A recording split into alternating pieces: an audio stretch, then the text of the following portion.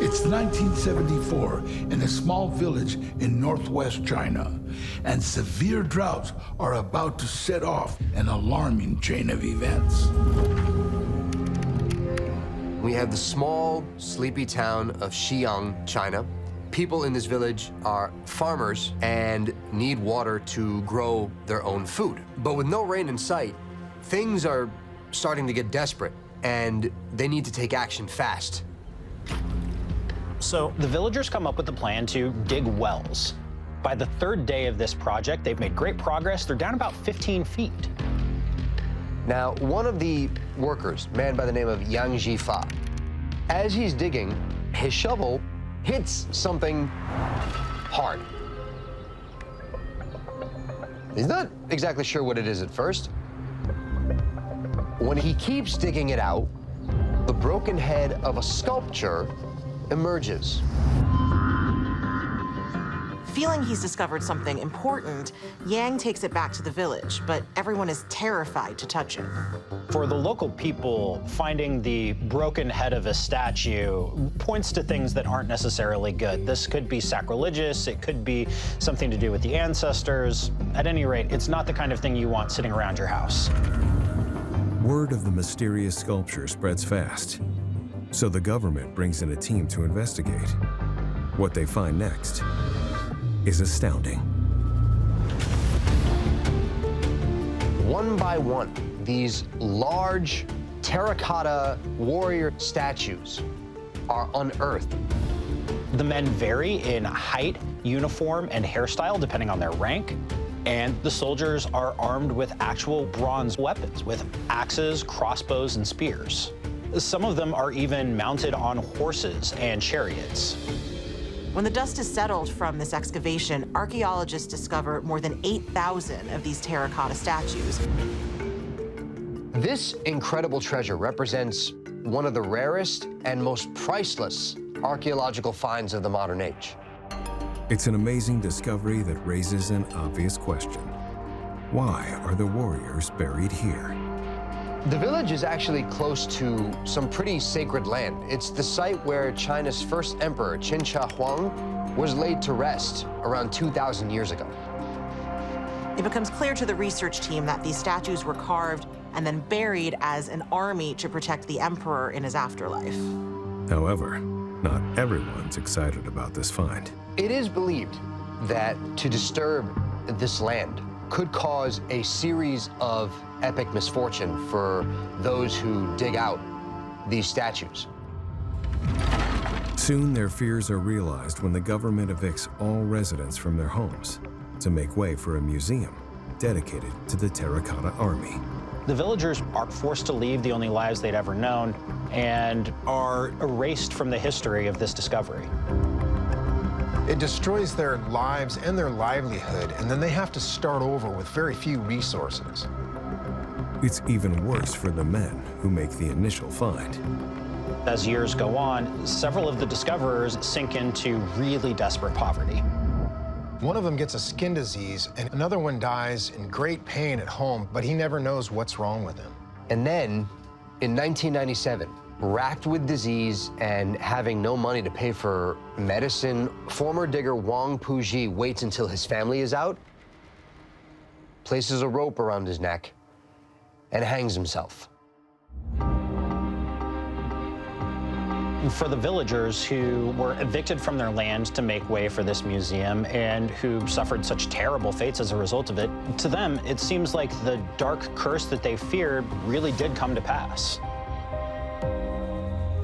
While some people fear unleashing a curse by accident, others call on them deliberately. In 1785, a farmer near Silchester, England, is plowing his field when he spots something shiny in the soil. He bends down and is shocked to see this large gold ring sticking out of the tracks. It's a 10-sided faceted hoop with a square bezel that has the goddess Venus on it. It seems rather ancient and pretty ornate. Both the hoop and the bezel have Latin inscriptions carved on them. And the translation reads, Senesciensis, live in God. The farmer sells the ring, and it's forgotten for decades, until a garden renovation in 1805. The Bathurst family of Lydney Park in Gloucestershire are having their garden excavated. And then suddenly, as they dig, they discover they've hit a stone wall. Soon, to everyone's surprise, they unearth the ruins of a building along with votive artifacts on the grounds.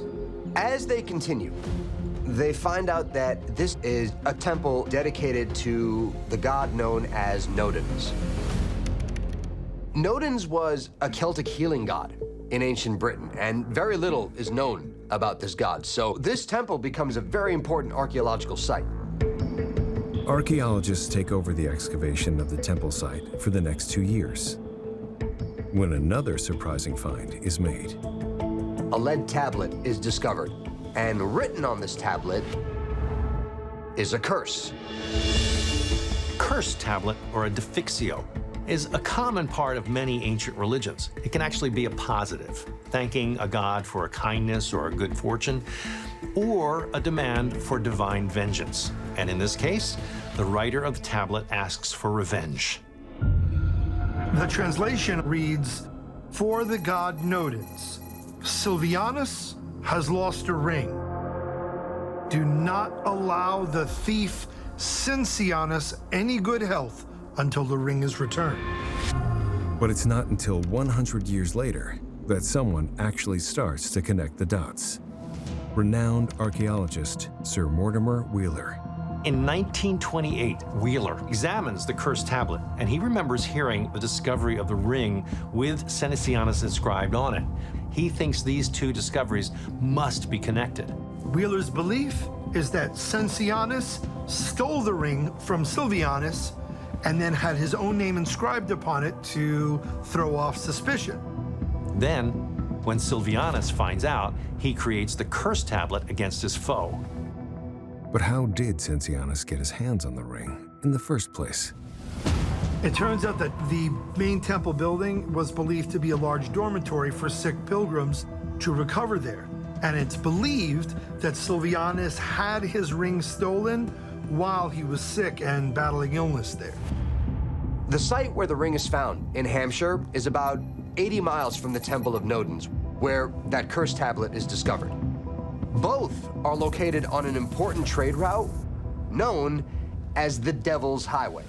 It's also known that the Latin word rediviva was added to the tablet to basically say the curse shall go into effect again, meaning that Silvianus still didn't lose his thirst for revenge.